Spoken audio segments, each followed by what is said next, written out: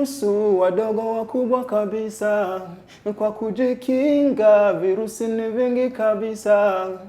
Kimaliza kunawa kuleni hizo chapati. Kimaliza kunawa kuleni hizo chapati. Duhe tuge. Duhe tuge.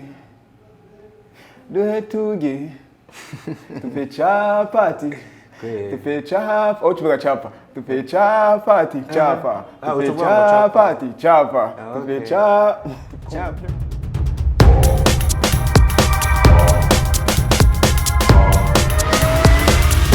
This is Flash TV. We shine to progress. Hello, aho muherereye hose twizera yuko mumeze neza. Ni muri kakazi ka buri munsi ko kubazanira ingabirano zitandukanye na cyane n'abataramenyekana kugira tubafashe mu rugendo rutoroshe kubaka amazina yabo. Byose bibombiye mu kintu kimwe cyo kubaka society. Behind the camera habari wa musore best abahama image yakataraboneka ijwi mwumva ni ijya kuri Leonce sana. Umunsi rero twakiriye ku yindi ncuro umuririmbyi kuri TV yacu. Ebana mambo vipi? Fresh. Meze neza. Ndashimye. Uri fresh kama Fresh TV. Yeah, kama kawaida. Yeah, sana mno. Nako tumeze neza kabisa. Imana ishimwe. Utangira uramutse arera abantu badukurikiye unabidondora. Yeah, it's your boy Sonjane, aka Humble Boy, Mr. Chapati, Mr. Duhituge, El Crocodilo, everybody shout! Yeah, ni wa musore wanyu, ndabaramukije bakunzi ba Fresh TV, aho mukumikurikirana muri hose. Yeah, ndabakunda cyane, maybe gumana nanje, gumana natwe. Yeah, tugiye kuyaga byinshi maybe. Wow. Yeah, nayo mazina se ko ari menshi. Yeah, bon, amazina tugenda turahura nayo ukuzima tugenda twegera imbere gato. Uko umuntu abaho aronka amazina atandukanye. Umba n'amazina nakuye mu muziki. Ukunze indirimbo avuga ati uri Mr. Bawiha, uko mfite indirimbo yitwa Bawiha. Ugashusanga arabikwiteriye. Yango Mr. Chapati ko ari indirimbo yitwa Chapati Duhituge. Umva ndayakira kuko baba ari nk'abana banje. Yeah. Muziki yanje urumva ni nk'ibintu by'aho boravyaye. Yes. Ariko rugo nuri ko yavuga ubumenga harimo akantu kabaraperi ko kuna barapa bivuga batsinda iki. Sinunze kubyumva cyane ku bantu bo muri R&B. Yeah. Yeah, muri hip hop narayiciyemo. Kandi nubi ndimwo. Yeah, sinigeze ndayiheba. Maybe one day ndashobora gukora ikindi kintu cha hip hop. Warigeze kuba umuraperi? Yeah. Niyo natanguriyemo mu bisanzwe. Yeah. Beje ni wibaza yuko ni kubereka abaririmbyi benshi kabisa. Bakunze guhera career yabo muri hip hop bakaza kwisanga neza mu yindi midiho munyu.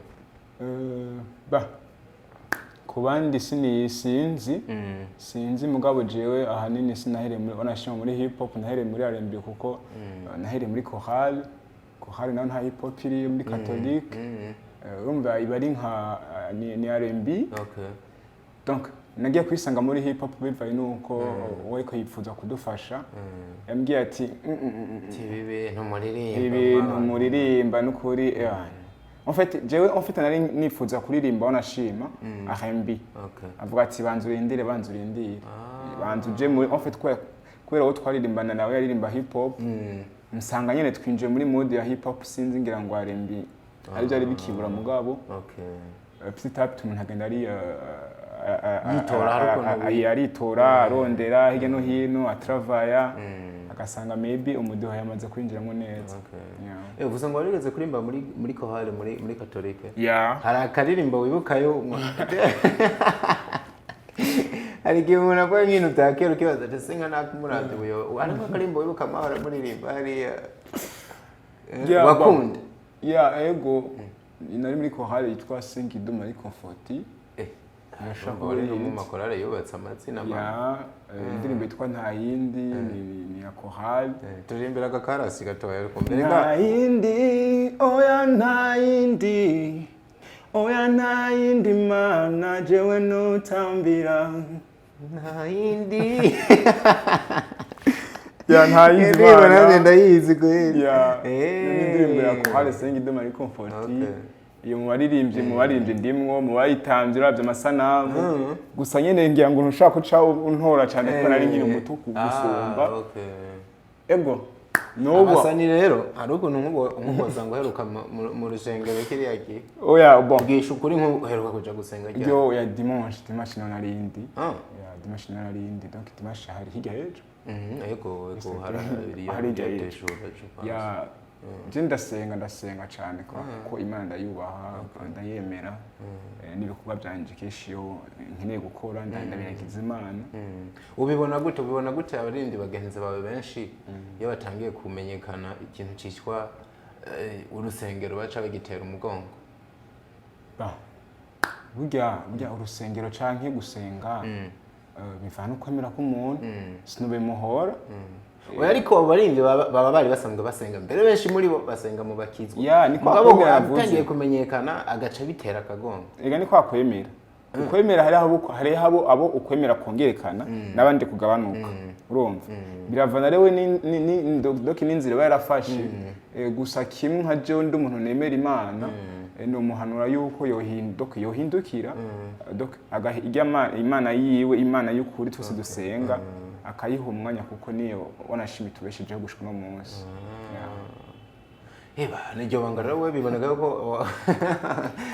yuko bari vumbuye kuva kera kuko urumva yuko ubikorera moto ufite uravuga ati uko biri kose waba umusani wareka Mungu mbere. Ya bon je ijambo ry'Imana ribayemo kuva imyaka kuko navukiye mu muryango usenga usenga abakatolika urumva rero onashima na mama yarigize kuja muri kohari yarabimbwiye urumva ngira ngo natoranyewe je ngira nce developer rero nshaka yuko nturimbira mu isengero gusa nico nagenda kubaza cyese ingabirano yo kuririmba uravye mu gisokuru canyu karaba muri famille ho bari umuntu uyikomorako canke n'ibintu bihereye kuri wewe? Ni mama yararirimba muri kohari. Nanje ndabyisangamwo gushikura munsi je nabonye yuko umenga sinogwa muri kohari gusa en fait ibyo ndirimba ntivyo guma mu rusengero gusa ahubwo byo shika kure nimba ari message ntanga igashika kure cyane gusumba. Ese kuki wahisemwe kuki winjiriye muri profane kandi wowe inspira ko no nta nubwo ari wowe inspira ko mugabo nubwo nka mama wawe ariko uravuga aririmbira Imana ariko wowe userutse muri zino ndirimba abantu bita ngo ni izisi profane secular music kubera ko utinjiye uhimbaza Imana ariko ugahitamwo kwinjira uririmba urukundo siniko ndavuga ko ari byo of course nkanje ndabitahura ariko umuntu wese yakoze tese kuko utatoranyira y'abavyeyi.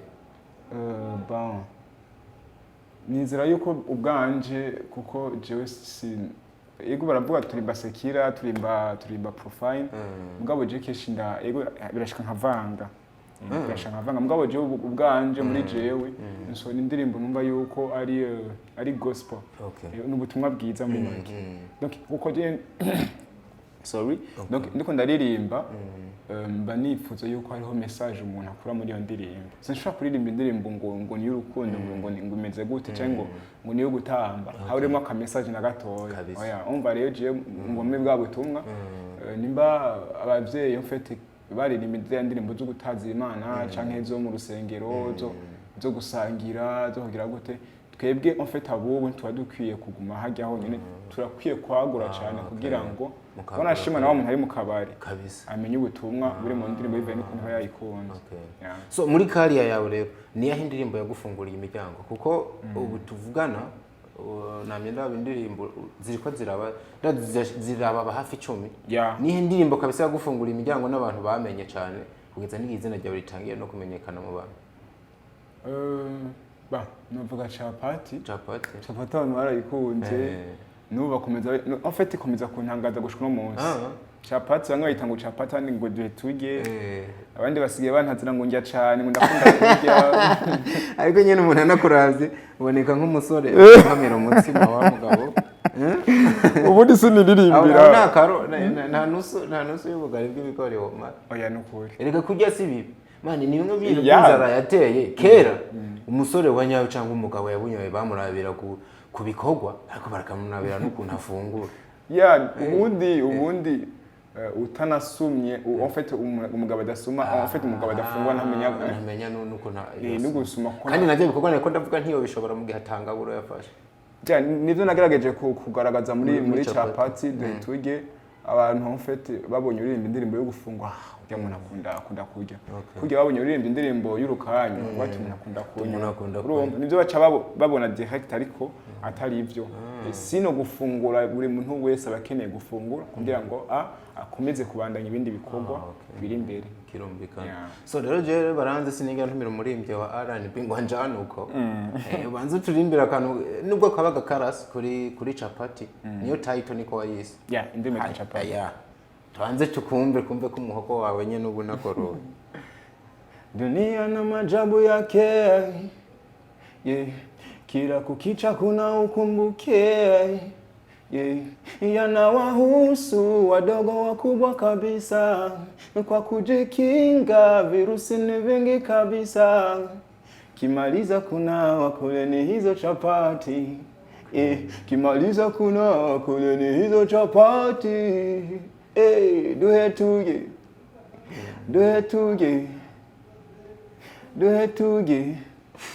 tupe chapati tupe chapa tupe chapa tupe chapati chapa tupe chapati chapa tupe chapa kuna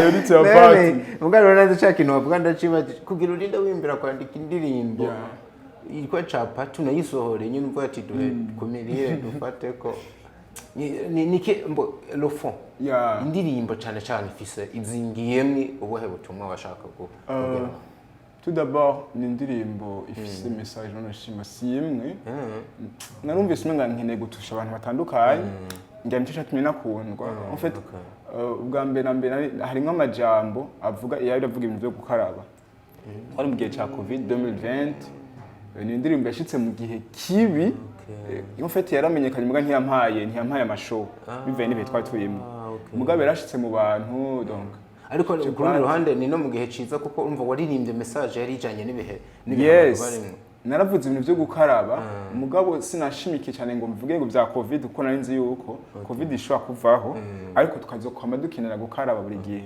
urumva en plus yindi message nashatse gushiramo nuko abantu ubundi kenshi dushira inyuma ibintu byo gufunga en fait titre z'abaririmbyi ni ndagukunda dukore nzoza les gens nk'ibyo mugabo tukibagira yuko hariho ikintu sometimes twagikeneye sorry gufungura menga turagitinya inaco caciye gituma muri ya ndirimbo shiramwe abana kuko umuntu akuze kumbwira nakoze na video ya video irahari harimo abana banashima nabo umenga message yoshika cyane gusumba nkoresheje abana kuko umuntu akuze karavuga ngo duhe turye ikigisamba mugabo deje umwana ni nka joking kandi nivyo vyi umwana nyeneke bon muri message ndongera ndashiramo ati inzoga zinywa bakuze n'ayabana twige dukine inzoga zinywa bakuze n'ayabana turye dukine hari abantu en fait ushaka gusanga afise umwana bagata niwe mwere byari mwana ntanakimwe allo kugira mwana niyagira ikibazo c'inzoga muri kazoza ikosa rya mbere duja ku muvyeyi ko niwe yamuretse agira intuzeye umve mwana rero akwiye kumubuza inzoga kiri umwana kuko ntibabikenewe kabisa urumva mu mwanya kine hari igihe usanga abavyeyi bavuga ati uyu mwana kumugara mu rupangu kabisa agasanga umwana rugari mu rupangu abiye umwana yugara mu rupangu hariho doki ibintu byinshi atamenya meme no kuvuga biramugora usanga imibano doki kibano kumenya kubana n'abantu bimugora kubera icyamenyere kuganirwa ahantu afite umwana rero umureka kine n'abandi bana umureka afungure umureke yige byose n'amabizu abakeneye umwana ngashobora yakora neza harimo message nini mba numva umuntu atona bimara so uririmba mu Giswahili cyane ariko n'ikirundi nkumva kivuga neza kubera iki ni ngingo nari nafashe muri guhera muri 2019 kuduga uko je sinanatanguye indirimbo ikirundi kuva mu ndirimbo ndageza mbere narimba ikirundi hari igihe rero umuntu abadusha akavuga ati eske ko abarundi ndabakunda cyane kuko ndabarimbira ikirundi mu bwo kamenga ntibashaka kuntahura gusa nohindura basi nkaraba hari naho yaba cyasanga abarundi rero ntibakunda ikirundi burya ntibakunda ibyabo bakunda indimi zivuye hanze cyane uzobirabe uzora nk'indirimbo irimbwe mu Congereza cyangwa indirimbo dukunda zaba ba Diamond turazikunda ariko tutavyumva ubwo umuntu aririmba ikirundi raba abantu uzenye ba Chanjo wa Miss c'est vrai barakunzwe muga bafata ikintu bafise umva nta support yigeze baronka bari abatama barakunze muga nyene nivyo ku kintu gijanye no mu mufuko nta kintu kinini bigeze bashirayo umuntu umukunze mu supporting no mu mufuko kugira ngo uzovuga ati sha Chanjo wa Miss kweri yari umuririmbyi kuko uno munsi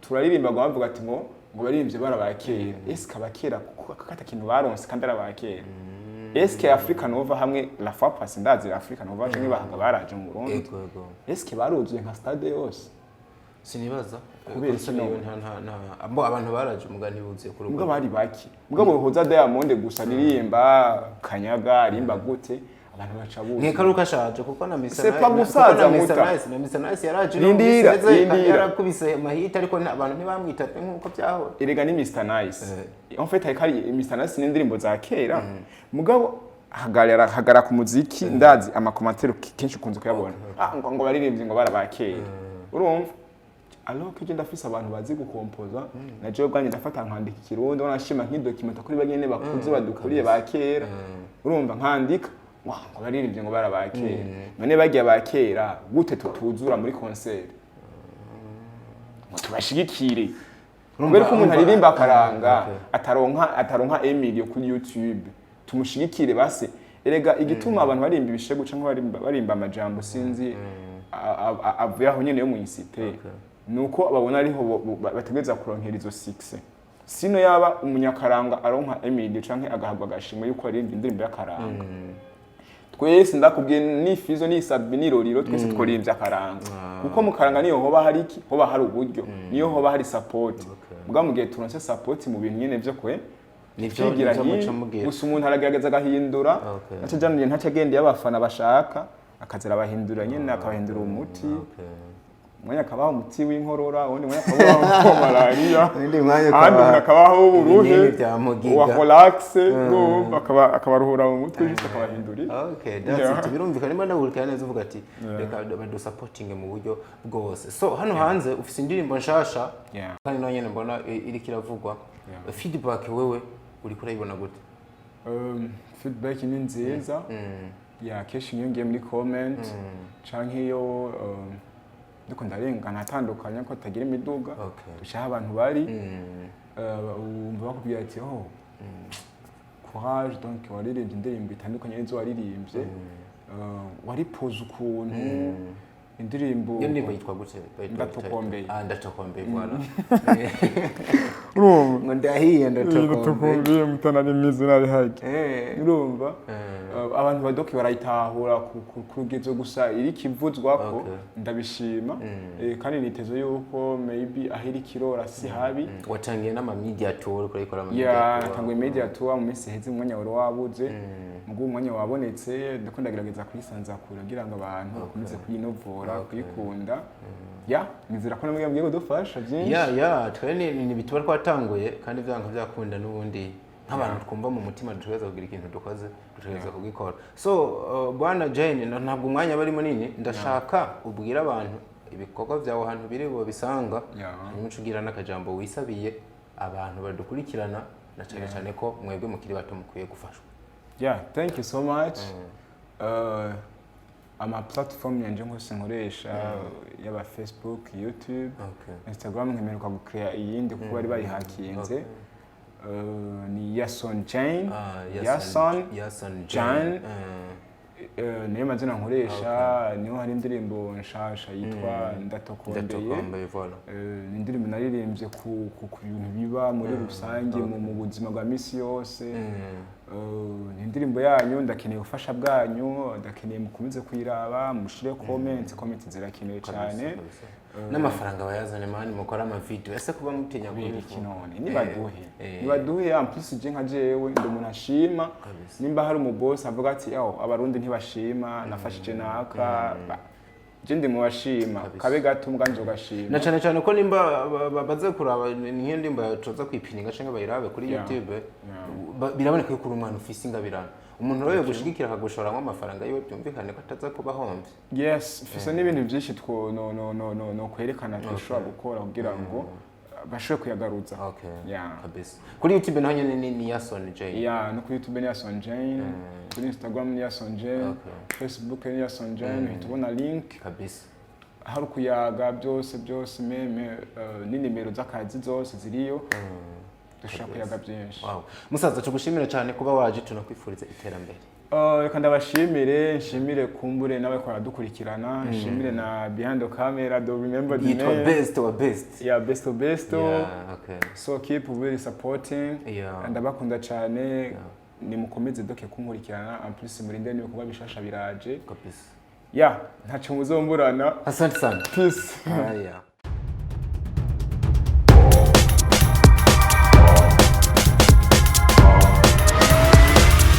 This is Flash TV. We shine to progress.